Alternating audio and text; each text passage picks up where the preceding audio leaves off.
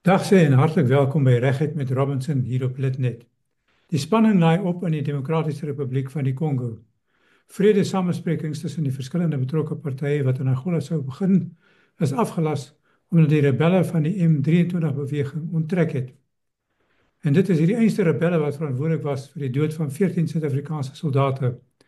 Die regering het skerp onder kritiek deurgeloop weens sy betrokkenheid by die binnelandse gewapende stryd van die DRK. Ons gas is Pikkie Greef en hy is die nasionale sekretaris van die Suid-Afrikaanse Nasionale Weermag, Unie. Welkom Pikkie, lekker om met jou te praat. President Cyril Ramaphosa sê die gefaseerde onttrekking van Suid-Afrikaanse soldate moet nie gesien word as 'n teken van verloor deur die Suider-Afrikaanse magte nie. Maar dit kan tog verseker nie as 'n oorwinning beskou word nie, Pikkie.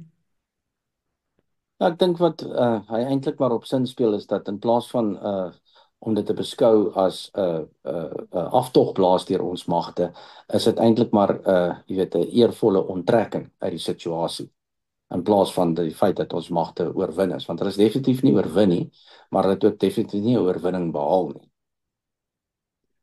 Nou, hoekom is daar uiteindelik besluit op hierdie onttrekking en wanneer presies? Ek dink die hoofoorweging vir die onttrekking, of kom ons begin so, sê die hoofrede hoekom die onttrekking nou of gaan gebeur of beplan was, is want dit is die mees verstandige opsie in die omstandighede wat die troepe in hulle self bevind. Jy weet, hulle is nou heeltemal omring deur rebelle. Hulle het hulle wapens weggeberre by ooreenkoms om nie verder aan gevegte deel te neem nie. En hulle sit nou maar en wag vir een of ander uitkoms wat onderhandel moet word. En gesonde verstand in daai omstandighede met die oormag wat om hulle is, dikteer maar dat 'n mens eerder jou troepe daar onttrek as wat jy verder in konflik betrokke is in daai spesifieke omstandighede. Hoeveel van Suid-Afrikaanse soldate is daar? Daar's meer as 1000. Ek is nie by magte om die bepaalde getal te sê nie, maar dit is meer as 1000. Ons weet van 14 mense wat dood is van die soldate. Hoeveel is beseer? Ja, daai getalle is ook onseker. Die laaste tyding wat ons gekry het was ongeveer 23, dink ek was die regte getal. Daar mag dalk meer wees. Jy weet, mense moet ook onderskeid tref tussen beserings en gewondes, want in die normale loop van omstandighede in 'n weermag is daar baie beserings wat maar net van self voorkom as gevolg van die aktiwiteite waaraan mense deelneem. So dis moeilik om 'n bepaalde getal daarop te plaas. Nou kom ons gaan net so 'n bietjie in die geskiedenis in en so aan. En vra vir jou dan, hoekom is dit dat die DRK so gewild is, dat mense wil veg en beklei en doodgaan daarvoor, soos wat nou wel gebeur? Ek dink dit begin by jy weet, die DRK is geweldig mineraalryk. Daar's baie van die minerale wat die wêreld nodig het in die nuutste tegnologie is in die ooste van die DRK en jy weet, baie omvangryk. En mense ding maar mee om daai hulpbronne uit te put of te ontgin. En dit is eintlik maar een van die hoofsake. Ek dink die ander deel daarvan is dat daar natuurlik etniese konflik is tussen die DRK en die groepe aan wie die rebelle behoort, wat eintlik maar van afkomstig is van oorkant die grens van Rwanda en so aan met die destydse volksboere wat daar plaasgevind het, was hulle vlugtelinge en hulle het nou wortel geskiet in die DRK. En Rwanda is ook maar 'n groot rolspeler, jy weet, hy het nie toegang tot seeroutes en die tipe van dinge nie, want hy is natuurlik in die binneland geleë en vir hom om uitvoerprodukte te hê, moet hy maar op die DRK staat maak. So hy speel ook maar sy eie rol in die aanstoking van die rebelle en ondersteuning van die rebelle, uiteraard om toegang tot die hulpbronne te kry. Is jy seker dat Rwanda betrokke is, want daar was groot omwentelinge vandag gewees met Rwanda wat België se ambassadeur uit die land uitgeskop het en wederzijds. En dit is omdat België beweringe gemaak het in die Europese Unie dat die hele storie word befonds en ondersteun deur Rwanda en gevolglik moet daar sanksies ook teen hulle ingestel word. Weet jy iets meer daarvan? Wel, ek kan maar net, jy weet, vir jou kykers sê wat aan ons berig is deur die soldate op die grond met wie ons op 'n stadium baie gereeld in verbinding was. En dit is daar toe die konflik op sy hoogste was hier aan die einde van Januarie, toe ons soldate nou in die situasie beland het. is daar spesifiek deur ons soldate gesien dat lede van die Rwandese weermag met Rwandese weermag uniform jy weet deelneem aan die gevegte. En dit was ook op sosiale media. Jy weet die Rwandese soldate het geen geheim daarvan gemaak dat hulle deel is van die veldtog in die DRK, binne die DRK se grense nie. Is ons soldate opgelei vir die omstandighede waarin hulle moes werk? Hulle is opgelei vir die omstandighede, maar dit is natuurlik 'n ander vraag of hulle behoorlik toegerus en ondersteun word vir dit wat hulle daar teëgekom het. Ons het opleidingsgebiede. Wat is jou antwoord Ekskuus, daarop? Ondersteun word? Ja, nee, ons is reg opgelei. Ons moet onthou ons het in Suid-Afrika opleidingsgebiede aan die kus in die oostelike streke van die land in Suid-Afrika waar 'n soortgelyke klimaats en plantegroei voorkom as wat in die DRK voorkom en ons lede word gereeld soontoe gestuur om opleiding te ontvang juis om te kan opereer in die DRK en omstandighede soos daai. Dit gaan maar eintlik net meer oor die ondersteuning en die toegerusheid van ons magte daar. Nee, maar antwoord self daai vraag. Die ondersteuning, was dit daar of was dit nie daar nie? Nee, dit was nie daar nie. Dit was glad nie daar nie en dis 'n oop, dis nie eers 'n geheim nie. Dit is van die begin af duidelik gewees dat daar is nie lugsteun vir die Suid-Afrikaanse troepe, wel nie van Suid-Afrika se kant af nie. Ons het daar staat gemaak op die DRK om die nodige lugsteun te gee en die probleem met dit is, sal kenners vir jou sê, is dat daar is nie net 'n taalprobleem in die sin van dat die Kongolese nie altyd Engels verstaan nie. Maar daar is ook 'n doktrineverskil tussen hoe die Kongolese lugsteun 'n infanterietroep op die grond steun en hoe 'n Suid-Afrikaanse lugsteun sou lyk vir 'n infanterietroep. So met verskillende doktrines en kommunikasieprobleme en dan boonop die moraal van die DRK se magte. Jy weet, hulle is berig daarvoor en 'n mens kan dit maar openlik ook sê, hulle is berig daarvoor dat hulle nie in groot gevegte betrokke wil raak nie. Hulle draai baie maklik om en vat die pad. So mens kan nie regtig op hulle steun vir lugsteun of enige ander steun nie. En ons moet moontlik dit herdink oor wie ons volgende op steun as ons in 'n konfliksituasie ingaan, maar die DRK is beslis nie 'n mag om op pyl te trek vir steun nie. Wat was die doel? Hoekom is dit daar? Al die groot doel is weet die amptelike weergawe is dat Suid-Afrika is daar as deel van SADC om die DRK regering te steun om die vrede te bewaar in die ooste tussen die konflikgroepe en die DRK se regering, maar inderwaarheid as 'n mens mooi gaan kyk en dit is ook in die openbare media oral bekend al. Is dit eintlik 'n vredes afdwingingsoperasie. Met ander woorde, 'n mens gaan aktief agter die rebellegroepe aan, beskou hulle as 'n vyand en elimineer hulle. En dit is wat ons mee besig was. Al sê ons regering nou dat die amptelike weergawe is 'n vredesbewaringsoperasie wat natuurlik iets wat anders lyk as offensiewe aksie. En dit is wat ons daar gedoen het en ons het probeer en gehoop dat die SADC magte hierdie rebelle onder beheer sou kry, wat ek dink 'n bietjie naïef was in nabetragting, want ons moet onthou die kenners sal ook vir ons sê dat wat die Verenigde Nasies het ook probeer vredebewaring doen vir 2 dekades daar met amper triple die hoeveelheid troepe as wat ons daar ingestuur het en dit ook nie reg gekry in 2 dekades nie. So hoe op aarde ons gedink het ons gaan dit reg kry met hierdie beperkte mag, met die beperkte ondersteuning, met so min soldate. Ja, dit is iets wat die politici maar sal moet verduidelik. Maar die effek daarvan is dat die Suid-Afrikaanse magte die skietwerk moes doen. Is dit so? Dit is waarop dit neerkom. Ons het meeste van die harde werk daar gedoen. Ons was aan die skerppunt van die gevegte wat daar plaasgevind het en ja, ons betaal nou die prys vir die gebrek aan ondersteuning wat ons nie daar gehad het nie. Jy het voorheen gesê dat jy is in kontak met ons soldate daar. Wat sê hulle vir jou? Wat is die omstandighede? Hoe voel hulle? Hoe is hulle moraal? Ja, die omstandighede is baie sleg, Freek. Jy weet, die soldate sê vir ons en ons kry dieselfde berigte van verskillende soldate af, bykans op 'n daaglikse of dan ten minste op 'n weeklikse basis, dat hulle is in hulle 2 basisse of tot hulle 2 basisse beperk, fisies. Hul wapens het hulle in hulle vraghouers gaan toesluit waar die wapens bewaar word. Hulle is eintlik in 'n skietstilstand met die rebelle en die rebelle het hulle heeltemal omring. Hulle is afhanklik van die rebelle se grille en giere vir toegang tot voorraad soos kos en water en dis meer. En as hulle byvoorbeeld 'n praktiese voorbeeld noem, as 'n mens 'n reëling tref met die rebelle leiers dat kos op 'n bepaalde dag by 'n basis toegelaat sal word via die VN se konvoie, dan sal die rebelle byvoorbeeld opsetlik dit vir nog 2 of 3 dae vertraag om die troepe se moraal verder af te breek en hulle verder te verhonger. Nou dit gaan nou al vir 6 na 7 weke aan en dis regtig 'n raak 'n onhoudbare situasie. Die sanitasie in die basis is nie goed nie. Jy weet die gereelde sanitasiegeriewe wat betrokke sou wees, soos trokke wat inkom en riool sou wegry en die plek sou skoonmaak en reinig en so aan. Daai is nou nie meer beskikbaar nie. Die rommel hoop op. Die kos is uiters beperk, kosvoorrade. Dit is regtig baie onaangename en moeilike situasie waarin jy jouself bevind. En dan moet jy aan dink, jy is omring deur letterlik duisende gewapende mense wat nie 'n oomblik sal skroom om jou van kant te maak nie.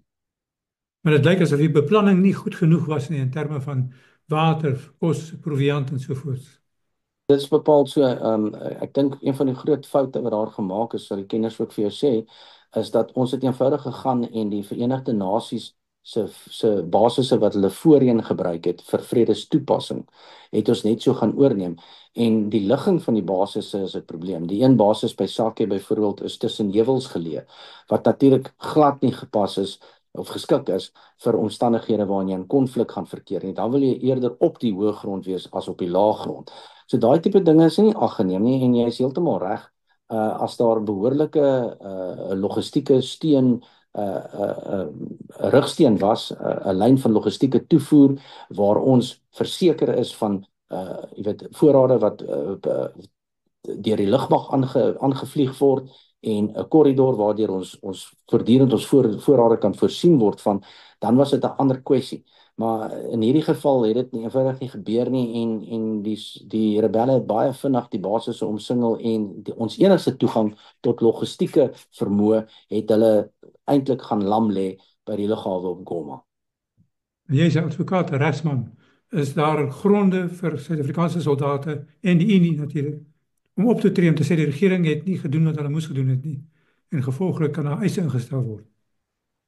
Wel, ek is van mening dat mense sal moontlik eise het, gaan verskriklik moeilik wees om te bewys. Wat 'n mens gaan nodig hê is dat al jou makkers saam met jou moet staan en sal moet getuig oor die omstandighede daar. Dit gaan 'n baie moeilike saak wees en 'n baie duur saak wees om te voer. Dit kan ek sê. En wat is die status van ons soldate op die oomblik? Hulle sit nou net daar so aan wag vir een of ander middele van vervoer wat hulle kan wegvat of wat? Hulle wag vir 'n uitkoms uit die situasie. Ons het 'n tydelike opvanging van hoop gehad toe dan laasweek die samesprekings aangekondig is dat die SADC mag besluit dat hulle gaan hulle magte onttrek, want dit sou uiteraard die soldate ingesluit het. Maar nou met die nuutste verwikkelinge waar die M23 blykbaar vandag of gister onttrek het aan die samesprekings, nou is daar maar weer 'n donker wolk wat daar hang. Die soldate is baie onseker, hulle is baie oningelig. En daar word nie gereeld met hulle gekommunikeer oor wat presies die bevelstruktuur doen of die owerhede doen om hulle situasie te beredder nie. Alhoewel daar werk agter die skerms aan die gang is, maar jy weet vir die soldaat op die grond wat dit moet ervaar, hy kry nie daai nuus elke dag nie. So vir hom is dit maar 'n hopelose situasie om in te wees. Is daar enige een van hierdie meer as 1000 soldate wat daar nog is wat al intussen tyd weggevoer is? Ja, hulle het 'n groep mense so ongeveer 2 na 3 weke terug het hulle 'n groep van die gewondes en 'n paar ander beseerdes en gevalle wat hulle noodsaaklik geag het teruggebring na die Republiek, gerepatrieer met onderhandelings deur die VN en die M23 rebelle en Rwanda se hulp. So van hulle het al teruggekom. Ons het al met van hulle gekommunikeer ook en hulle het bevestig wat die omstandighede daar is.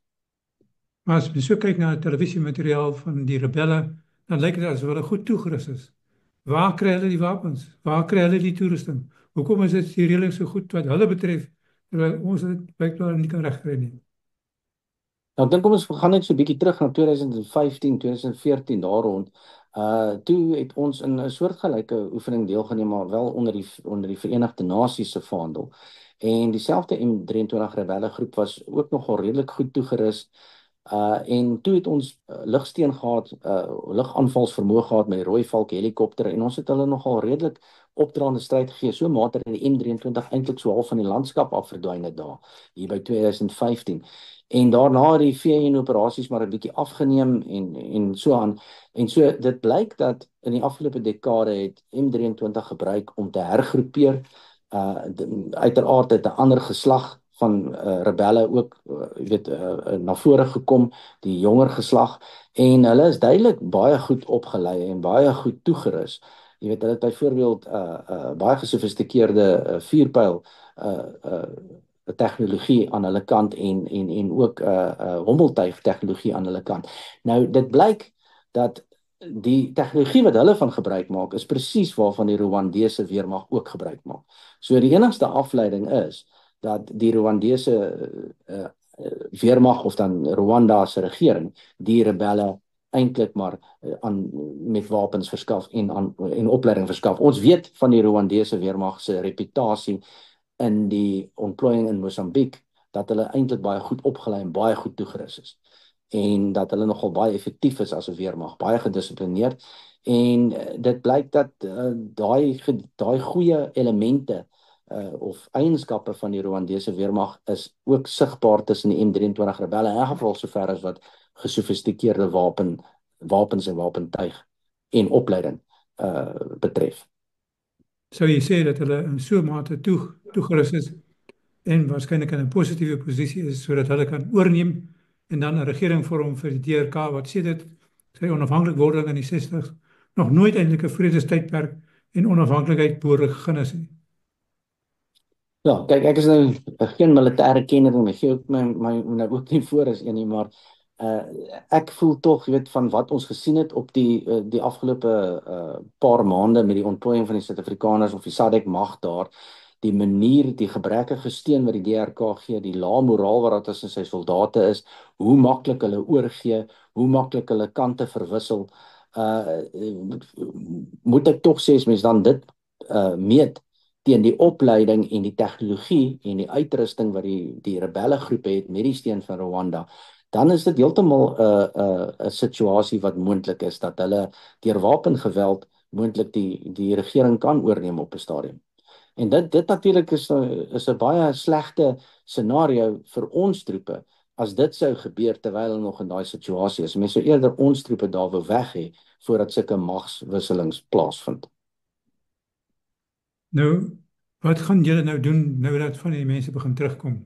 Is daar sake wat julle met hulle moet afhandel of wat? Ja, kyk, ons het maar 'n oop uitnodiging aan die lede wat terugkom en hulle families en selfs die van familielede verloor het daar, jy weet, van die 14 wat gesneuwel het daar, dat hulle maar ons moet nader as hulle enige hulp van enige aard nodig het. Dit sluit in regshulp.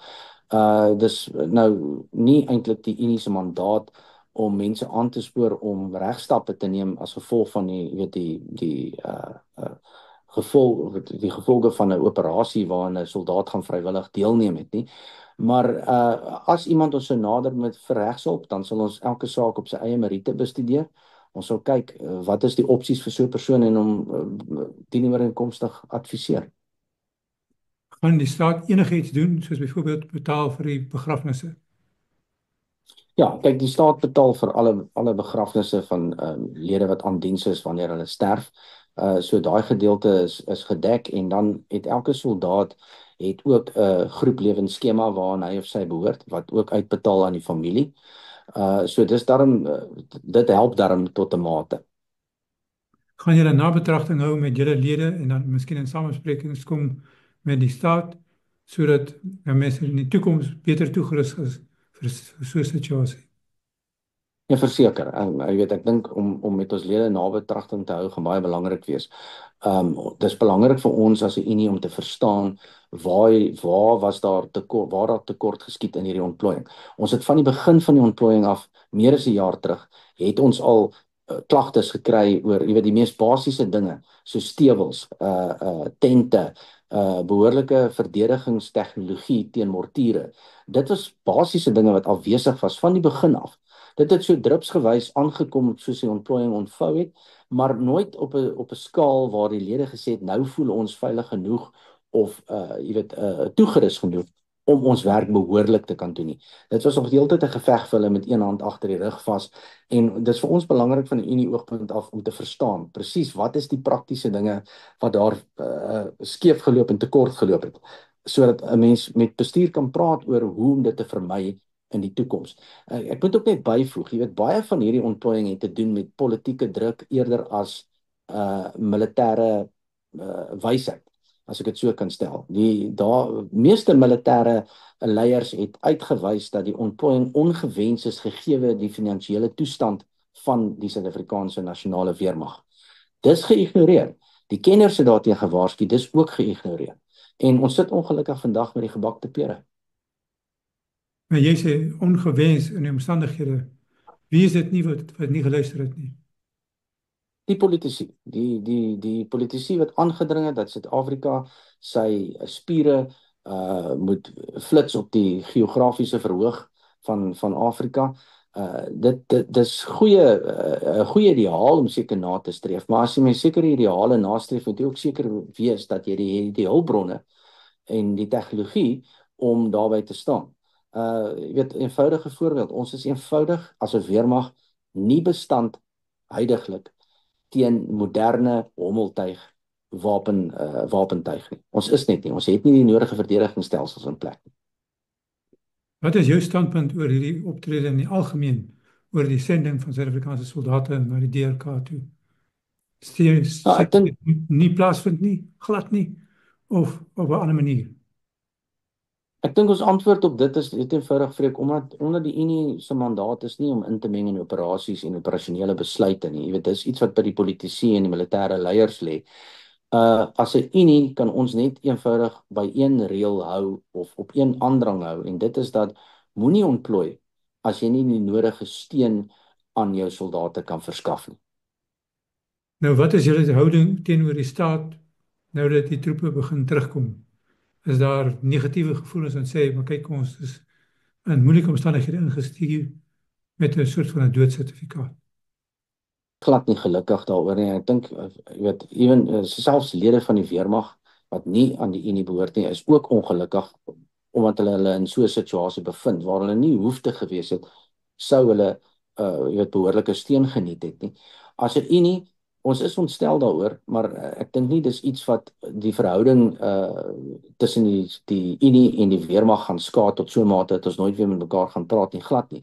Ons wil graag ons bydra as 'n Unie wil ons hê en van ons lede af wil ons graag hê ten spyte van al die verwyte wat daar mag wees en die bedenkinge wat daar mag wees. Ons wil graag hê dat ons moet kyk na wat het gebeur, wat is die oorsaak daarvan, hoe kan ons dit in die toekoms verhoed en hoe kan ons soldate op bes moontlike manier steun om Suid-Afrika se belange op die hart te dra. En wanneer dink julle sal sulke nabetragting min of meer kan gebeur? Maar dit is baie moeilik om te sê. Ek dink die eerste prioriteit moet nou wees om die mense terug te kry hier in die land en jy weet 'n bietjie dinge vir hulle te normaliseer. Dan sal ons deur daai proses gaan, maar ek dink nie ons gaan binne die volgende jaar daarby uitkom nie. Die feit dat 14 mense dood is nogal 'n redelike erge ding. Dit is seker van die ergste wat gebeur het nog met ons in jare. Is daar rede om te sê ons is skaam eintlik hieroor? Wel, ek dink ons is 'n bietjie in 'n verleentheid hieroor. Jy weet, geen weermag in die wêreld wil hoor dat hy 14 soldate op 'n slag verloor het nie. Ek dink die laaste keer dat dit gebeur het was die slag van Bangui en ons weet dat daai mag wat daar in Bangui gesetel was glad nie daar om enige tipe operasies te doen nie behalwe opleiding van die Sentraal-Afrikaanse weermag nie. Uh ek dink dis 'n bietjie van 'n verleentheid. Maar 'n mens is ook, jy weet, die soldate self voel sleg daaroor in die sin dat hulle voel eintlik hulle is in die steek gelaat. En ek dink dis regtig iets wat die politici en sommer die breë publiek moet kennis van neem. Een van die groot redes hoekom ons sit in die penarie waar ons nou sit, is omdat die verdedigingsbegroting gedurig as die stiefkind in die staatsdiens behandel word. Dis asof alle ander dinge prioriteit geniet bo die weermag, wanneer almal vergeet dat die soewereiniteit van hierdie land hang af van sy weermag, nie van die ander staatsdiensafdelings nie. Okay, baie dankie Lekker om met jou te gesels, voorspoed vir die groot werk wat julle doen. Dankie baie, Fred.